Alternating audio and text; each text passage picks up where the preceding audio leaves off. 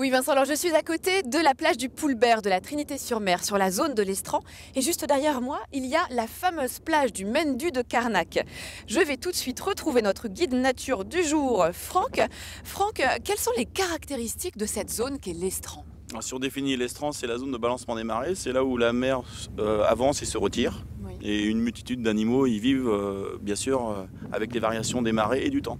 Donc ils doivent s'adapter parfois à être sous l'eau, parfois à être en plein soleil comme aujourd'hui et lutter contre le dessèchement. Comment font ces animaux? Vous pouvez me montrer quelques exemples? Alors effectivement, là, ici, vous avez un petit animal qui est très chouette, que tout le monde connaît, les enfants aussi bien que les grands, c'est l'anémone. Alors effectivement, on la voit, voilà, ces tentacules, quand elles sont dans l'eau, les tentacules sont ouverts. Mais si je la sors tout de suite, elle va rétracter ses tentacules et petit à petit, elle va les rentrer en elle. Pourquoi? Parce que tout simplement, les animaux ont besoin d'eau pour vivre, puisqu'il y a l'oxygène. Donc si je rentre mes tentacules, je garde mon eau. Et donc son oxygène, très bien. Donc ça c'est une bonne adaptation de l'anémone. Dites, qu'est-ce que c'est ici sur cette petite pierre? On Oui, en voit alors, beaucoup, des tout petites à fait. dessins blancs un peu. Exactement. Ben, écoutez, ce sont des petits vers qui ont construit leur petite maison en calcaire, en fait, avec la nourriture qu'ils absorbent. Et ils vivent dedans, en fait, en colonie. Et lorsque c'est marée basse, ben, ils se contractent dedans à l'intérieur. Quand c'est marée haute, ils se mettent dedans, ils sortent leur petite tête avec leurs filaments et ils attrapent le plancton. Encore une belle adaptation. Ah, alors là je vois un bigorneau. Oui, alors bigorneau que tout le monde peut prendre pour un bigorneau, mais le bigorneau, il est tombé.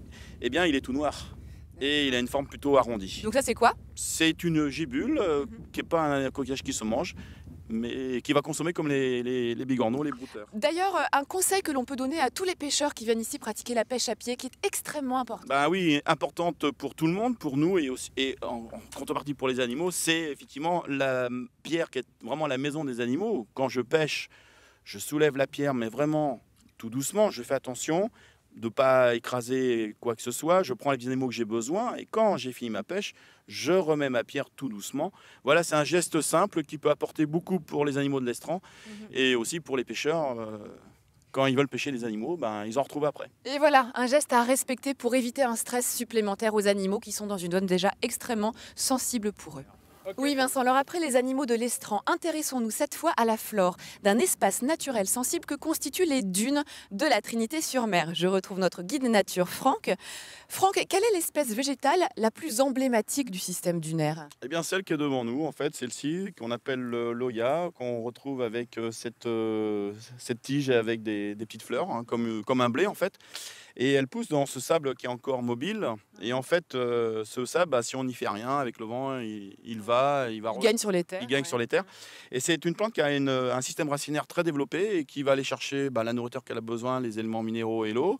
Et puis, plus le sable est profond, plus elle s'enracine. Et avec ces racines, eh bien, ça crée une barrière pour le sable en fait. Complètement, et c'est bien utile pour l'homme. Comment fait-elle pour résister à des conditions très rudes avec le sable, le sel, le vent?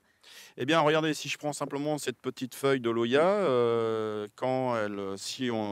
voilà, on arrive à l'ouvrir un petit peu, voilà, ici on voit bien, eh bien ça fait comme une petite gouttière. Et puis quand l'air est humide, eh bien, elle va absorber l'humidité qui va glisser le long de ses tiges pour aller jusqu'aux racines. En s'ouvrant? En s'ouvrant, mais dès qu'il fait très très chaud, elle va se fermer. Pour limiter l'évaporation. Voilà. Alors une autre plante suscite mon intérêt, c'est celle avec une fleur jaune là-bas. Oui, tout à fait. Venez, on va s'approcher. Ah, attention, regardez, faites attention à cette petite plante-là. Oui. Elle n'a pas l'air de rien comme ça, elle est toute petite, elle est assez timide, mais vous voyez, celle-ci, puis quelques-unes qui sont là, il n'y en a pas beaucoup. C'est une espèce rare et protégée. Alors c'est vrai qu'elle est toute petite, elle fait à peine 10 cm, elle est toute timide, mais faisons très attention. Elle a des petites fleurs jaunes qui fleurissent à cette saison. Comment s'appelle-t-elle? La linaire des sables. Eh bien, faisons-y attention alors à celle-ci. Alors, notre fleur jaune, avec un joli bourdon qui s'envole. Tout à fait, voilà, c'est ça. De quoi s'agit-il? Écoutez, ça vous fait penser à quoi cette fleur? Avec sa finesse, j'aurais dit presque au coquelicot. Vous avez pile poil dedans. Sauf que là, on l'a peinte en jaune, hein, voilà, c'est la mère nature. Et effectivement, c'est une plante qu'on appelle le pavot cornu, qui est magnifique avec ses longs gousses et qui, avec ses feuilles crénelées, quand le vent est très fort, eh bien, elle absorbe le vent. Elle s'est aussi adaptée aux conditions rustiques.